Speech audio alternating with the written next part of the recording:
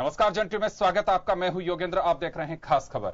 खास खबर में हम बात करेंगे केंद्र सरकार की कैबिनेट ने लाल बत्ती गुल कर दी, यानी कि अब अति विशिष्ट 5 जो व्यक्ति होंगे उन्हीं के लाल बत्ती लगेगी, ना अधिकारियों के लगेगी ना प्रधानमंत्री के लगेगी। प्रधानमंत्री ने खुद ने भी अपने मंत्रिमंडल के सदस्यों सहित खुद को भी इस दायरे में रखा है कि लाल बत्ती का मोह अब त्याग देना चाहिए। लेकिन लाल बत्ती का मोह जो जिस अंदाज में होता है वो अगर वास्तव में कोई ख्वाब पाले बैठे हैं तो उनको नहीं त्यागना चाहिए, लेकिन लाल बत्ती जलने वाली जरूर त्यागी जा रही है।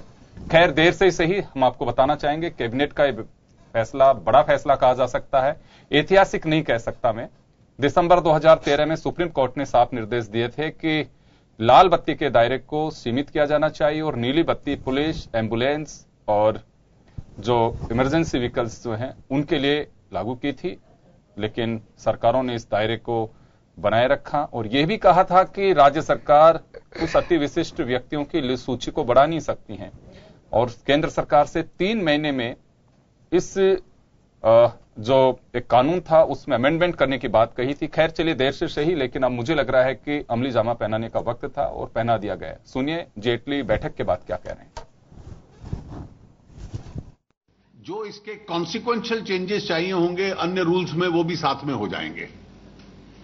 तो इन दोनों का कुल मिलाकर अभिप्राय ये रहेगा कि रेड लाइट 1 मई से बाद कोई नहीं कैरी कर पाएगा और ब्लू लाइट केवल इमरजेंसी व्हीकल्स पे देश भर में होगी।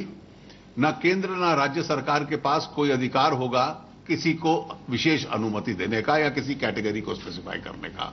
और इमरजेंसी सर्विसेज के मैंने उदाहरण आपको दिए हैं, केवल इस कैटेगरी की सर्विसेज उसमें होंगी जो कानून में ही डिफाइन की जाएंगी। तो अभी आपने सुना, राज्य और केंद्र एक ही तरह से एक ही अंदाज में चलेंगे। अब राज्य सरकारें भी अपने अंदाज से बत्ती किसी को नहीं दे पाएंगी और 5 जो व्यक्ति राष्ट्रपति, उपराष्ट्रपति, चीफ जस्टिस ऑफ इंडिया, इनको शामिल करते हुए ये एक सूची जारी कर दी गई है। उसके बाद 1 मई से कोई लाल बत्ती नहीं लगा सकेगा। खैर चलिए, लाल बत्ती सुरक्षा के लिए खतरा भी पैदा हो रही थी, कई बार ये बात सामने आती है और राजस्थान के रोचक ऐसे किस्से सामने आए हैं कि टाटा सफारी जो मंत्रियों के पास गाड़ी होती है, ईवीएम उसी के अंदर काटकर डाल करके लेके चले गए और लाल बत्ती की वजह से नाके पे रोक नहीं पाए। खैर चलिए, इसका मिसयूज था, शायद यही वजह है कि सुप्रीम कोर्ट को भी निर्देश देने पड़े थे और एक जनहित याचिका पे, और उसके बाद अब केंद्रीय कैबिनेट ने भी इस पे ठप्पा लगा दिया है। ओम जी, मैं आपसे मुखातिब हूंगा और मैं जानना चाहूंगा कि लाल बत्ती का मोह जो रखने वाले हैं उनके ऊपर तो एक तरह से कहूंगा कि ये लाल बत्ती सर्जिकल स्ट्राइक बताई जा रही है मोदी साहब की। ये देखिए, मोदी जी का ये काम और खास तौर से ये जो निर्णय है कैबिनेट का, भारत सरकार का, ये सचमुच में बड़े तारीफ के काबिल है। इस माने में काबिल है कि भारतीय संविधान की जो मूल भावना है कि एक ऐसा समतावादी समाज हो जिसमें हर कोई विशिष्ट बनने की चेष्टा ना करे, समान रूप से देखने की चेष्टा करे। फिर भी कुछ लोग हैं जिनको कि अलग से नजर आना चाहिए, वो वहां तक सीमित रहे। हम देख रहे थे कि ऊपर से लेके नीचे तक, यानी हमारे पंच सरपंच भी लाल बत्ती के प्रति बड़ा वो रखते थे और एक रुतबा जमाने की चेष्टा प्रशासन पे, सामान्य जनता पे करने का सिलसिला था। उसे रोकने के लिए कानून बना करके जिस तरीके का फैसला किया, इसकी तारीफ की जानी चाहिए। मैं समझता हूं कि पक्ष और प्रतिपक्ष दोनों ही इस पर सहमत होंगे और कोई भी इस बात से इनकार नहीं करेगा। ये एक ऐसा निर्णय जिसकी सब तारीफ करेंगे। जी राजीव जी, लाल बत्ती का फैसला केंद्रीय कैबिनेट ने किया जी, सब स्वागत कर रहे हैं कि वास्तव में सुरक्षा में चूक कई बार लाल बत्ती के आड़ में हुई है, ये हम सब लोग जानते हैं। और वैसे जो अति विशिष्ट हमारे अतिथि होते हैं या जो पदों पे, संवैधानिक पदों पे जो बैठे होते हैं लोग, उनको सुरक्षा मुहैया होती है कि वास्तव में लाल बत्ती एक शोबाजी ज्यादा हो रही थी इससे। निश्चित रूप से ये निर्णय स्वागत योग्य है और विशेष रूप से स्वागत योग्य इसलिए है कि पंजाब सरकार में आते ही कैप्टन अमरिंदर सिंह ने पंजाब के अंदर सबसे पहले लाल बत्ती बंद करी। उसके बाद उन्होंने कहा कि नीली बत्ती इन चीजों के लागू रहेगी जो इमरजेंसी सर्विसेज हैं, और उसी ऑर्डर को अक्षुब्ध में वही का वही केंद्र सरकार ने आज लागू कराए बोला है। तो मेरे ख्याल से जो हमने जो बात शुरू करी थी उसको एक अच्छे स्वरूप पे लिया गया और इसलिए हम इसका स्वागत करते हैं। और निश्चित रूप से इसका सदुपयोग होने की जगह दुरुपयोग होने लगा था। जैसा आपने खुद ने कहा कि सुरक्षा में इसकी वजह से सेंध हो गई थी। जो लोग अधिकृत नहीं थे वो लाल बत्ती लगाते हैं, लाल पट्टी लगा लेते हैं अभी भी नंबर प्लेटों के ऊपर, गाड़ियों के ऊपर, और उसका जरूरत नहीं होती उस जगह भी उसका उपयोग करने की कोशिश करते हैं, चाहे वो अपनी प्रतिष्ठा को बताने के लिए, रुतबा बताने के लिए। तो ऐसा कोई भी चीज हो जिससे इसका दुरुपयोग रुक सके, वो अच्छी बात है। उसके साथ साथ कैप्टन अमरिंदर सिंह ने एक बात और भी करी है, 90% खर्चा उन्होंने जो पर्सनल सिक्योरिटी गार्ड्स मिलते हैं उस पर करा है। और हमने देखा है कि इस देश के बहुत सारे राज्य हैं, राजस्थान उनमें से नहीं है, कि राजस्थान में ज्यादा से ज्यादा 1 PSO और इन तो सवेरे शाम के 2 PSO लोगों को मिलते हैं। लेकिन यूपी, पंजाब, हरियाणा के अंदर मैंने देखा है कि लोग बाग बिल्कुल बंदूक लेके और काफी बड़ी दिखावा चलता है कि गाड़ी के बाहर 2 ब्लैक कैट कमांडो अगर लटके हुए नहीं देखे तो लगता है कि नेता ही नहीं। मेरे ख्याल से उस प्रवृत्ति को जनता का जो पैसा है, जो राजस्व के रूप में मिलता है, कर के रूप में मिलता है, उसका सदुपयोग होना चाहिए। और अगर पुलिस आपके पास काफी मात्रा में है तो उसका डिप्लॉयमेंट उस जगह पे करना चाहिए जहां पे उसकी जरूरत है, जहां पे जनता को आवश्यकता है, चोरी रोकने के लिए, कहीं पे शांति सुरक्षा की जरूरत हो। बनिस्पत आप इस तरीके के जिन लोगों को आवश्यकता नहीं है उनके 8-8, 10-10 उनको अधिकारी देना, उनको गाड़ी देना, सुरक्षा देना, हथियार देना, तो मेरे ख्याल से ऐसा कोई भी कदम जो कि फिजूल खर्ची को रोकता हो वो बहुत आवश्यक था और बहुत अच्छा कदम है। चलिए, तो राजीव जी स्वागत कर रहे हैं केंद्र सरकार के इस कदम का भी, लेकिन साथ में आपने एक बात भी कह दी है कि जैसे केंद्र सरकार पंजाब गवर्नमेंट को फॉलो कर रही हो। निश्चित रूप से सबसे पहले उन्होंने करा था, पूरे देश ने सराहा था उसकी बात को, और पंजाब में लागू करना बड़ा मुश्किल काम था। हाँ। जो उन्होंने करके दिखाया है, तो उसकी वजह से मेरे ख्याल से। चलिए मैं आता हूं। अलका जी, आपने सुना और निश्चित रूप से काफी डिमांड थी और सुप्रीम कोर्ट भी पहले निर्देश दे चुका था। वजह क्या रही कि 2013 दिसंबर की बात है, 2014 में आप लोग आए, उस वक्त 3 महीने के अंदर जवाब मांगा था सरकार से। खैर चलिए, देर से ही सही, लेकिन राजीव जी ने एक बात कही है कि हमें खुशी है कि जो कदम हमने उठाया उससे सेंट्रल गवर्नमेंट भी मान रही है। देखिए, ये फिर वही ईगो सेटिस्फेक्शन की बात है।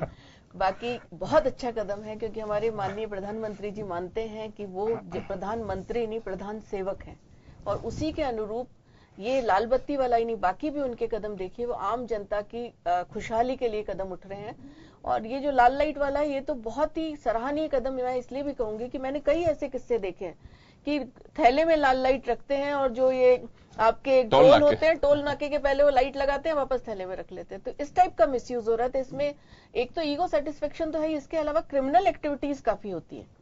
कई बार देखा है कि गाड़ियां चुरा के लोग जाते हैं और लाल लाइट लगा के और निकल जाते हैं, और वो टोल कर्मी भी कुछ नहीं कह पाते हैं। और मैक्सिमम इस ईगो की वजह से आपने देखा कि टोल नाकों पे जो ये मारपीट होती है या जो भी कहासुनी होती है, बहुत बड़ा रीजन है कि लोगों में वो एक ईगो हो गया कि लाल लाइट वाला हूं, मेरे से पूछताछ कैसे हो रही है। तो वो एक आम आदमी के बराबर विशिष्ट व्यक्ति को भी लाना, क्योंकि विशिष्ट व्यक्ति की सुरक्षा बहुत जरूरी है, वो तो सही है, लेकिन उसमें ईगो अगर होगा तो वो जनता से उतना ही दूर होता जाएगा।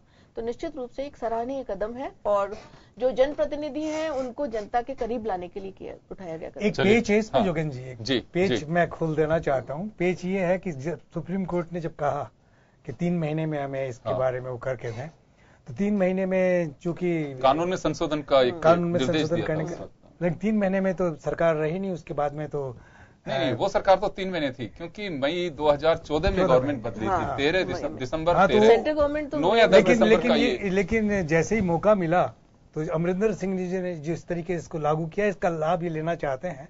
दरअसल ये सदिच्छा तो सबकी, लेकिन अलका सिंह जी ने एक बात कही है जो प्रैक्टिकली है, एक बात अलका सिंह जी ने कही है जो रियली प्रैक्टिकली बात है कि लाल बत्ती थोड़ा हमारे यहाँ पे जरूरत कम और शोभाजी ज्यादा है, लोग दिखावा उसमें यूज कर रहे हैं। कईयों को तो मैंने स्थिति देखी है कि एमएलए हैं, उनको लाल बत्ती अलाउ ही नहीं है।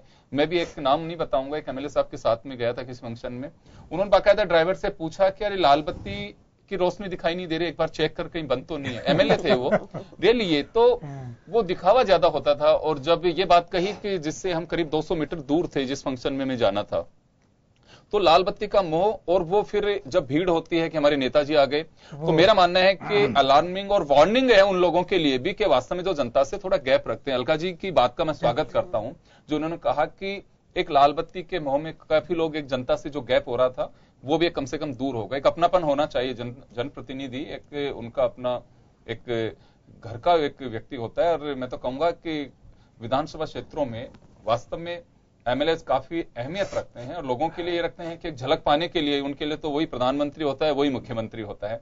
गैप नहीं होना चाहिए, वो एक जो सम्मान जो दिया जाता है उसका आदर भी होना चाहिए।